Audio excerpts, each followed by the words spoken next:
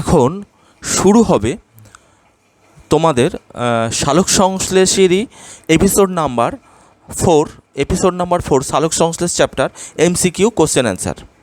তোমরা আগের প্রশ্ন উত্তরগুলো আশা করি দেখেছো, তোমরা দেখবে এবং একটু বোঝার চেষ্টা করবে এবং পড়াশোনা চালিয়ে যাবে।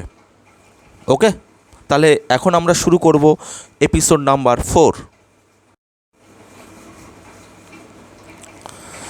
এখন শুরু হচ্ছে তোমাদের এপিসোড 4। প্রথম প্রশ্ন, সালোক সংশ্লেষের কার্যবর্ণালী।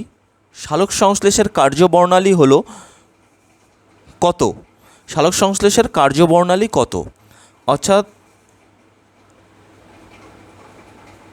সালোক সংশ্লেষের যে কার্যবর্ণালী সেটা হলো 430 থেকে 470 nm, 430 থেকে 470 nm থেকে 660 টু 760 nm। তার মানে তোমরা বলতে পারো যে 430 থেকে 760 nm হচ্ছে সালোক সংশ্লেষের কার্যবর্ণালী, অর্থাৎ এগুলো হচ্ছে তরঙ্গ দৈর্ঘ্য। সালোক সংশ্লেষের কার্যবর্ণালী 430 থেকে 760 nm। দ্বিতীয় প্রশ্ন, আরইউবিপির দ্বারা CO2 আত্তীকরণের ফলে যে যৌগটি উৎপন্ন হয় তার কার্বন সংখ্যা হলো 3। অর্থাৎ আরইউবিপির দ্বারা CO2-র যে আত্তীকরণ হয়, যে যৌগটি উৎপন্ন হয় সেই যৌগটি হচ্ছে PGA ফসফোগ্লিসারিক অ্যাসিড। এর কার্বন সংখ্যা হচ্ছে 3। নিচের কোনটি বিপাক দু রকমের, একটা উপচিতি বিপাক, একটা অপচিতি বিপাক। অপচিতি বিপাকে ভাঙন হয়, যেমন শ্বসনে শুধু ভাঙে, কে ভাঙে? গ্লুকোজটা ভাঙে। আর উপচিতি বিপাকে তৈরি হয়, কে তৈরি হয়? গ্লুকোজ তৈরি হয়। তাহলে উপচিতি বিপাক হচ্ছে সালোক সংশ্লেষ, অপচিতি বিপাক হচ্ছে শ্বসন। নিচের কোন উপাদানটি সালোক সংশ্লেষের ফলে সৃষ্ট গ্লুকোজ অণুকে অক্সিজেন প্রদান করে? এটা অনেকবারই হয়েছে, কারণ এটা খুবই ইম্পর্টেন্ট। গ্লুকোজ অণুকে অক্সিজেন প্রদান করবে সালোক সংশ্লেষীয় উপাদান, সেটা হচ্ছে CO2। আর কোন উপাদানটি সালোক সংশ্লেষের ফলে সৃষ্ট অক্সিজেনের উৎস? সালোক সংশ্লেষের অক্সিজেনের উৎস হচ্ছে H2O। কি হবে? H2O। তাহলে কে জারিত হয়, কে বিজারিত হয়, এগুলো আগের প্রশ্নে আমরা কিন্তু দেখিয়েছি।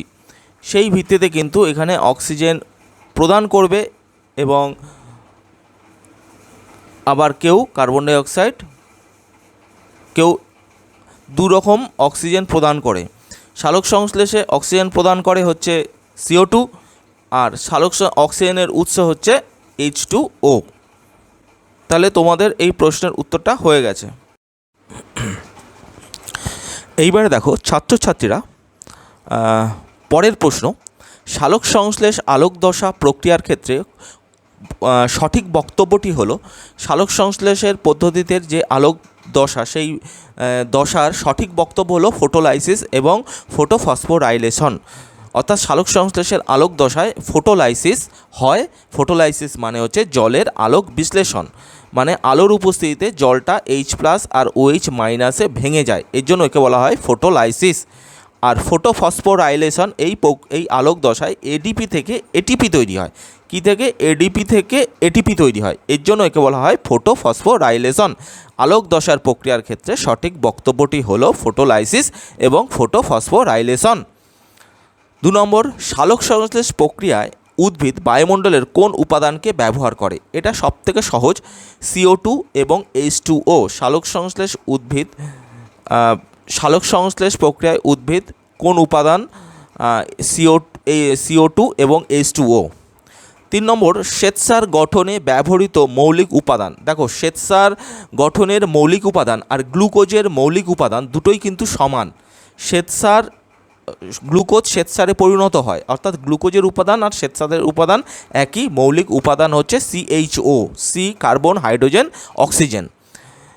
4 নম্বর, সালোক সংশ্লেষের আলোক দশায় তোমরা সবাই জানো গ্রানায় হয়, আর অন্ধকার দশা কোথায় হয়? স্ট্রোমা। গ্রানায় হয় সালোক সংশ্লেষ আলোক দশা, আর স্ট্রোমায় হয় অন্ধকার দশা। ওকে, এইবারে দেখো ছাত্রছাত্রীরা সালোক সংশ্লেষ পদ্ধতিতে ব্যবহৃত উৎসেচক, দেখো সালোক সংশ্লেষ পদ্ধতিতে ব্যবহৃত উৎসেচক, যে যে উৎসেচকগুলো সালোক সংশ্লেষ পদ্ধতিতে ব্যবহৃত হয় সেই উৎসেচকগুলো কী কী? উৎসেচকগুলো হলো কাইনেজ, আইসোমারেজ, রুবিস্কো, তারপরে দেখো ফসফাটেজ, অ্যালডোলেজ, বিসফসফাটেজ। কী হলো? Kinase, isomerase, rubisco, phosphatase, aldolase, bisphosphatase. এগুলো হচ্ছে সালোক সংশ্লেষে ব্যবহৃত উৎসেচক। এগুলো কিন্তু 2-3টে মনে রাখবে, এইখান থেকে কিন্তু প্রশ্ন আসবে। কাইনেজ, আইসো মানে সমান, ফসফাটেজ, এই তিনটে কিন্তু কমন, এই তিনটে একটু মনে রাখার চেষ্টা করো। কাইনেজ, আইসোমারেজ, ফসফাটেজ, আর অ্যালডোলেজ, বিসফসফাটেজ মনে রাখার চেষ্টা করো। তারপরের প্রশ্ন, নিম্নোক্ত কোন প্রাণী সালোক সংশ্লেষ প্রক্রিয়াটি সম্পন্ন করতে পারে? প্রাণীরা সালোক সংশ্লেষ করতে পারে, অর্থাৎ এদের দেহে ক্লোরোফিল আছে। ইউগ্লিনা, ক্রাইসামিবা, খুব সহজ, ইউগ্লিনা, ক্রাইসামিবা এগুলো। তারপরের প্রশ্ন, নিচের কোন উদ্ভিদগুলো সালোক সংশ্লেষ প্রক্রিয়াটি সম্পন্ন করতে পারে না? তাহলে সালোক সংশ্লেষ করতে পারে না, তার মানে এদের দেহের মধ্যে ক্লোরোফিল নেই। ইস্ট, মিউকর, ঠিক আছে, এদের মধ্যে ক্লোরোফিল নেই। ইস্ট কী করে? ইস্ট হচ্ছে, দেখবে তোমরা বিভিন্ন স্টেশনে যে ঘুগনি হয়, সেই ঘুগনিতে ইস্ট দেওয়া হয় যাতে ওর টেস্ট বেড়ে যায়, ঠিক আছে। তারপরে দেখো আলোক দশার ক্ষেত্রে কোন কথাটি ঠিক? আলোক দশায় ফোটোলাইসিস হয়, অর্থাৎ জলটা আলোকের উপস্থিতিতে ভেঙে যায়। আর ফোটোফসফোরাইলেশন হচ্ছে এডিপি থেকে এটিপি তৈরি হওয়ার পদ্ধতি, ফোটোফসফোরাইলেশন। মানে স্পেলিং ভুল আছে, কিছু মনে করবে না, টাইপিং মিস্টেক আছে, ওগুলো কিছু মনে করার কোনো কিছু নেই। তারপরে দেখো নিম্নলিখিত কোন উপাদানটি জীবকোষের শক্তি মুদ্রা? দেখো শক্তি মুদ্রা মানে হচ্ছে শক্তির উৎস, মানে কি থেকে শক্তিটা তৈরি হয়, অর্থাৎ শক্তি উৎপন্ন হওয়ার বেস। যেমন একটা বাড়ি তৈরি হওয়ার যে যেমন বেস তৈরি করা হয়, যেমন রড দিয়ে, ইট দিয়ে বেস তৈরি করা, ঠিক তেমনি কোনো জীবকোষের শক্তির যে একটা বেস থাকে, সেই বেসটা হচ্ছে এডিপি। সেই শক্তি মুদ্রা এর মিনিং হচ্ছে বেসটা হচ্ছে কিন্তু এডিপি। ওকে,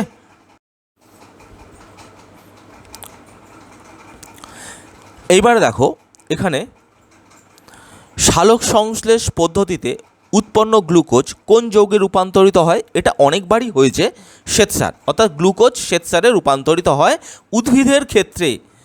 উদ্ভিদের ক্ষেত্রে কিন্তু প্রাণীদের ক্ষেত্রে নয়। উদ্ভিদের ক্ষেত্রে এটা কিন্তু। দ্বিতীয় নম্বর প্রশ্ন, অন্ধকারের দশার ক্ষেত্রে কোন বক্তব্যটি হলো সঠিক বক্তব্য? হলো আলো নিরপেক্ষ দশা। এইবারে তোমাদের এই নিয়ে একটু কথা বলার প্রয়োজন আছে। সালোক সংশ্লেষ পদ্ধতিটা কিন্তু আলোক দশায় সম্পন্ন হয়, অর্থাৎ সূর্যালোকের উপস্থিতিতে সম্পন্ন হয়। তাহলে সালোক সংশ্লেষের দুটো দশা, আলোক নির্ভর আর আলো নিরপেক্ষ। আলো নির্ভর মানে দিনের বেলা, আর আলো নিরপেক্ষ দশা মানে রাতের বেলা। এই ধরনের কনসেপ্ট ভুল, ঠিক আছে। অর্থাৎ অন্ধকার দশা হবে, সেটা কিন্তু সানলাইটের দরকার নেই, মানে দিনের বেলায় যে সবসময় যে সানলাইট থাকে এমন কোনো নিশ্চয়তা নেই। অর্থাৎ সানলাইট না হলেও দিনের বেলা সেখানে কিন্তু সালোক সংশ্লেষ হয়, ঠিক আছে। অর্থাৎ অন্ধকার দশার ক্ষেত্রে কনসেপ্টটা এটাই, যে অন্ধকার দশা মানে রাতের বেলা, এই ধরনের চিন্তাভাবনা ভুল।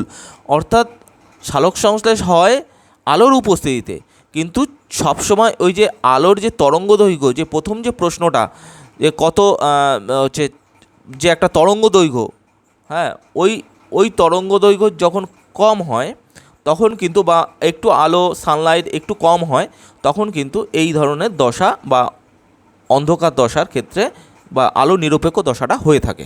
বোঝা গেল? 3 নম্বর, আলো দশার ক্ষেত্রে সঠিক বক্তব্য। আলোক দশার ক্ষেত্রে দুটো হয়, এটা বারবার বলছি কারণ এটা ইম্পর্টেন্ট।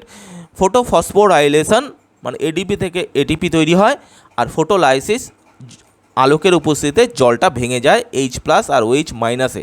ফোটোলাইসিস মানে ভেঙে যাওয়া, জলের উপস্থিতি, এই আলোর উপস্থিতিতে জল ভেঙে যাওয়া। বোঝা গেল? তারপরের প্রশ্ন, সালোক সংশ্লেষের আলোক নির্ভর দশায় ঘটনাটি হলো আলোক নির্ভর দশায় ফোটোলাইসিস। আলোক দশায় কি হয়? আলোক দশার আলোক উপস্থিতিতে জল ভেঙে যাবে, এর জন্য বলা হয় ফোটোলাইসিস। অর্থাৎ ফোটোর মানে যে আলোর দ্বারা লাইসিস বা ভেঙে যাওয়া, এটাই হচ্ছে কিন্তু ফোটোলাইসিস। এখন দেখো ছাত্রছাত্রীরা, প্রশ্ন শেষ। প্রদত্ত কোন উপাদানগুলো ক্লোরোফিল গঠনে প্রয়োজন হয় বা ক্লোরোফিল গঠনে অত্যাবশ্যক? আমরা সবাই জানি উদ্ভিদের দেহে কি তৈরি হয়? কার্বন, হাইড্রোজেন, অক্সিজেন, এটা কমন। নাইট্রোজেন, তোমরা ধান চাষের সময় নাইট্রোজেন দাও, সার দাও, তারপরে দেখবে গাছটা সবুজ হয়ে ওঠে। তার মানে নাইট্রোজেন হচ্ছে গাছের ক্লোরোফিলের একটি খুব ভালো উপাদান। আর একটা আছে এমজি, ম্যাগনেসিয়াম। তার মানে carbon, hydrogen, oxygen, nitrogen common, তার সঙ্গে একটা আছে ম্যাগনেসিয়াম। এটা কিন্তু মনে রাখবে, এটা কিন্তু পরীক্ষায় আসতে পারে। তারপরে প্রশ্ন, সালোক সংশ্লেষ পদ্ধতিতে ব্যবহৃত কাঁচামাল দুটো হলো, এটা আমরা সবাই জানি, CO2 এবং H2O। সালোক সংশ্লেষ পদ্ধতিতে কাঁচামাল CO2 এবং H2O। এবং শ্বেতসার গঠনে ব্যবহৃত মৌলিক উপাদানগুলো হলো কার্বন, হাইড্রোজেন, অক্সিজেন। কী কী? Carbon, hydrogen, oxygen. অর্থাৎ এটা আমরা এর আগেও পড়েছি, অর্থাৎ গ্লুকোজেরও উপাদান হচ্ছে CHO, কার্বন, হাইড্রোজেন, অক্সিজেন। আর শ্বেতসার হলো কার্বন, হাইড্রোজেন, অক্সিজেন। ওকে।